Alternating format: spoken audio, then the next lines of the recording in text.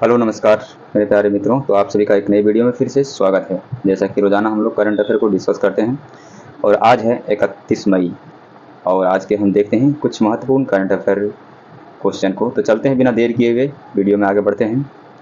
सबसे पहले देखते हैं कल का रिवीजन क्वेश्चन। टाटा IPL 2024 का खिताब किसने जीता है? तो KKR ने जीता है। हाल ही में किस राज्य ने गुटखा और पान मसाला पर 1 वर्ष के लिए प्रतिबंध लगा दिया है? तो तेलंगाना लगा दिया है।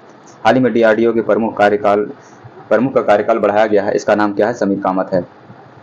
हाल ही में विश्व भूख दिवस कब मनाया गया है? तो 28 मई को मनाया गया है। हाल ही में मिस US का खिताब किसने जीता है? सवाना गेरविज ने जीता है।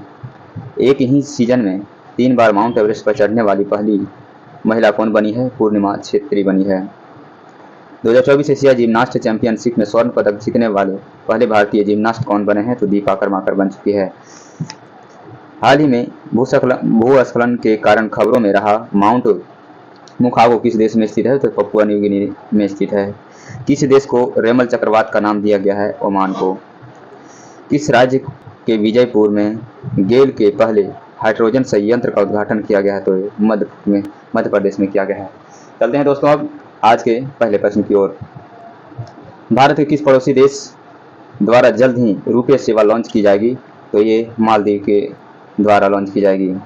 श्रीलंका UPI सर्विस देने वाला बन जाएगा। बांग्लादेश चटगांव पोर्ट को याद रख सकते हैं, बांग्लादेश में भारत द्वारा विकसित किया जा रहा है। म्यांमार में मौत चक्रवात आया था, इससे भी याद रख सकते हैं। और ऑपरेशन यहाँ पर करुणा चलाया था। भारत की रुपे सेवा जल्द ही मालदीव द्वारा लॉन्च की जाएगी। मोहम्मद मोइजू के नेतृत्व वाली सरकार के एक वरिष्ठ मंत्री ने कहा कि यह कदम मालदीव रुपया को मजबूत करेगा। यह निर्णय तब लिया गया जब मालदीव के विदेश मंत्री मूसा जमीर ने 8 से 10 मई तक भारत के दौरा किया था। रुपे एक वैश्विक कार्ड भुगतान नेटवर्क है जिसे 2012 में national payments corporation of India NPCI द्वारा लॉन्च किया गया। राजधानी माले है मालदीव की। मुद्रा यहाँ की मालदीवियन रुपया है और राष्ट्रपति यहाँ पे मोहम्मद मोइजू है। दोस्ती यहाँ इसका अभ्यास चलता है मालदीव के बीच में। इंडिया और श्रीलंका प्लस मालदीव, ये तीनों देश के बीच में दोस्ती 16 यहाँ पर अभ्यास चलता है। अगले प्रश्न में चलते हैं। हाल ही में किसे राष्ट्रीय रक्षा अकादमी कमांडेंट नियुक्त किया गया है? तो ये गुरचंद्र सिंह को नियुक्त किया गया है। CRPF के देख सकते हैं अनिश दयाल को नियुक्त किया। राहुल संगोत्र का ITBP और BSF के नितिन अग्रवाल को नियुक्त किया गया है। वाइस एडमिरल गुरचरण सिंह ने राष्ट्रीय रक्षा अकादमी के कमांडेंट का पदभार संभाला है। मई 2024 में उन्होंने वाइस एडमिरल अजय कोच से पदभार ग्रहण किया है। इसके अतिरिक्त उन्होंने INS खुखरी और INS विद्युत की भी कमान संभाली है। इसके अलावा उन्होंने अति विशिष्ट सेवा पदक 2024 और नौ सेना पदक 2020 प्राप्त हुआ है। अगले प्रश्न की ओर देखते हैं। संयुक्त राष्ट्र admiral gender advocate of year award 2023 से किसे सम्मानित किया गया है? तो ये राधिका सेन को किया गया है। पूर्णिमा देवी बर्मन ये वीकली गोल्ड अवार्ड से नवाजा गया है। इसको सुधा मूर्ति को गोल्डन इंडियन अवार्ड से सम्मानित किया गया है। आलोक शुक्ला को गोल्डन पर्यावरण अवार्ड से सम्मानित किया गया है। संयुक्त राष्ट्र ने भारतीय सेना के मेजर राधिका सेना को प्रतिष्ठित 2023 का military gender advocate of the year पुरस्कार के लिए चुना गया है। संयुक्त राष्ट्र शांति सैनिकों के अंतर्राष्ट्रीय दिवस के अवसर पर संयुक्त राष्ट्र महासचिव एंटोनियो गुटारेस द्वारा मेजर राधिका सेन को यह पुरस्कार प्रदान किया जाएगा। संयुक्त राष्ट्र शांति सैनिकों के अंतर्राष्ट्रीय दिवस 2003 से हर साल 29 मई को मनाया जाता है। यूनाइटेड नेशन की स्थापना 24 अक्टूबर 1945 को हुआ है। मुख्यालय न्यूयॉर्क अमेरिका में है। अध्यक्ष इसका एंटोनियो गुटारेस है। यूनाइटेड नेशन में 193 देश बना हुआ है और 193 देश में साउथ सूडान सबसे 193वां देश है। अगले प्रश्न को देखते हैं। हाल ही में अल्लाह माए हलीना को कहाँ का प्रधानमंत्री नियुक्त किया गया है? तो ये चाड का नियुक्त किया गया है।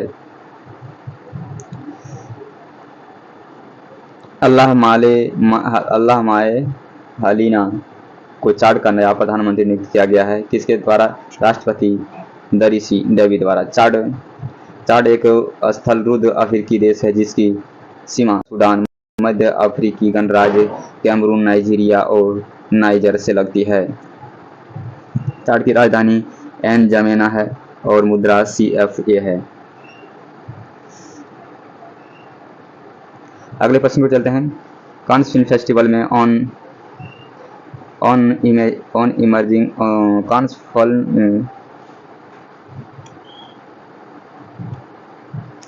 फिल्म फेस्टिवल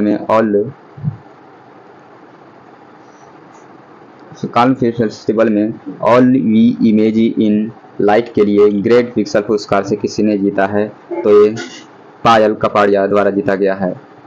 आलिया भट्ट को 100 टाइम मैगजीन के 100 जो महिलाओं की लिस्ट में, इसमें आलिया भट्ट का नाम भी आता है। और एम्मा स्टोन को ऑस्कर अवार्ड 2024 से नवाजा गया है। अनुसुईया सेन गुप्ता को आप जानते हैं कि ये कांस फिल्म फेस्टिवल में इन्होंने अवार्ड को विनिंग किया है।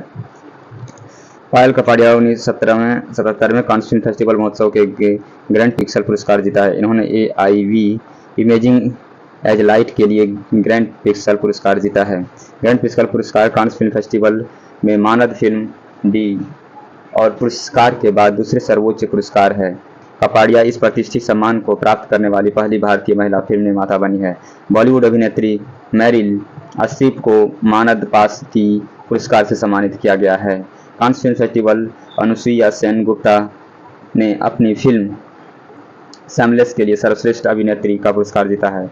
वहीं चिदानंद नाइक ने film Sunflower where the first नो ने सर्वश्रेष्ठ लघु फिल्म के लिए लासिन पुरस्कार जीता है। अगले प्रश्न को चलते हैं। हाल ही में अंतर्राष्ट्रीय एवरेस्ट दिवस कब मनाया जाता है? तो 29 मई को मनाया जाता है। 28 मई को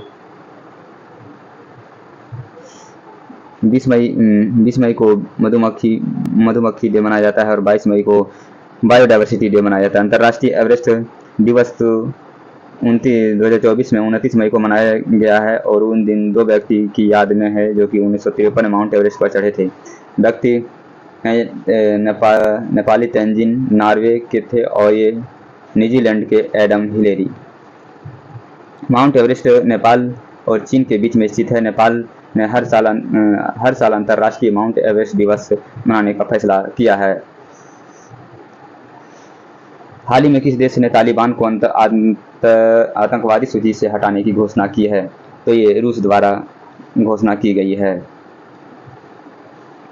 अफगानिस्तान की सत्ता पर काबिज तालिबान को रूस प्रतिबंधित आतंकवादी सूची से हटा देगा। यह जानकारी रूस के सरकारी समाचार एजेंसी RIA नोवोस्ती ने दी है। रूस के विदेशी और न्याय मंत्रालय ने तालिबान को आतंकवादी सूची से हटाने का समर्थन करते हुए एक प्रस्ताव तैयार किया है, जिसे राष्ट्रीय व्लादिमीर पुतिन के पास भेजा गया है।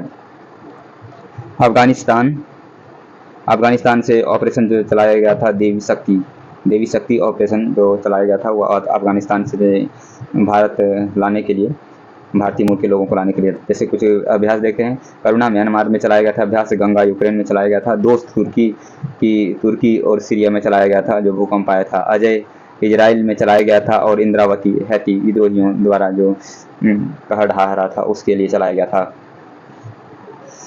रूस की राजधानी मॉस्को हो गया। मुद्रा रूसी रूबल और महाद्वीपीय यूरोप एशिया है। आधिकारिक भाषा रूसी है। प्रधानमंत्री मिखाइल मुशुस्टिन है। राष्ट्रपति व्लादिमीर पुतिन हैं। S-400 मिसाइल हम लोग को जो इंडिया जो इंपोर्ट कर रहा है वो रूस से ही कर रहा है, जिसका नाम सुदर्शन रखा गया है। और एक K2-203 ये एमफिल्ड राइफल एमएल्ट जो राइफल है वो उसको भी मंगा रहे हैं वहीं से। अगले प्रश्न की ओर चलते हैं। हाल ही में शारजहां शतरंज चैलेंजर्स 2024 का खिताब किसने जीता है? दिव्या देशमुख ने जीता है। हाल ही में पेरिस ओलंपिक में भारत की पहली महिला जूरी सदस्य कौन बनी है? तो बिल्किस मीर बनी है। इसको आप याद रखेंगे, ठीक है। बिल्किस मीर पेरिस ओलंपिक में भारत की पहली महिला जूरी सदस्य बनी है। जम्मू कश्मीर में बिल्किस मीर ने पेरिस ओलंपिक में पहली भारतीय महिला जूरी सदस्य बनकर इतिहास रच दिया है।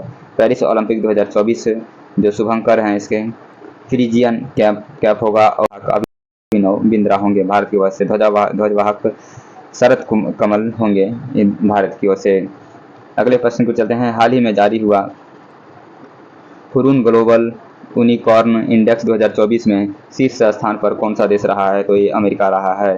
ठीक है, हुरून ग्लोबल यूनिकॉर्न इंडेक्स 2024 में ग्लोबल स्टार्टअप इकोसिस्टम की स्थिति का अनावरण किया गया है। 2024 में कम निवेश के कारण भारत में यूनिकॉर्न निर्माण में पहली गिरावट देखी गई है। विश्व में सबसे ज़्यादा यूनिकॉर्न वाला देश संयुक्त राज्य अमेरिका है, जिसमें 703 है। चीन में 304 देश हैं और भारत में 67 यूनिकॉर्न कंपनी हैं। हुरून ग्लोबल यूनिकॉर्न इंडेक्स ने 53 देश के 291 शहरों में 1453 यूनिकॉर्न की सूचीबद्ध किया है।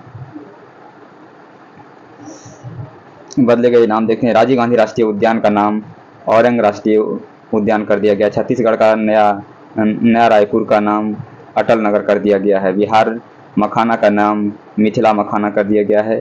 और राजीव गांधी खेल रत्न पुरस्कार का नया नाम मेजर ध्यानचंद हो गया है। मिड डे मील योजना का नया नाम पीएम पोषण योजना। और सोशल मीडिया प्लेटफॉर्म ट्विटर का नाम एक्स हो चुका है। फेसबुक कंपनी का नया नाम मेटा हो चुका है। रेलवे सुरक्षा बल आर का नया नाम भारतीय रेलवे सुरक्षा बल सेवा हो चुका है।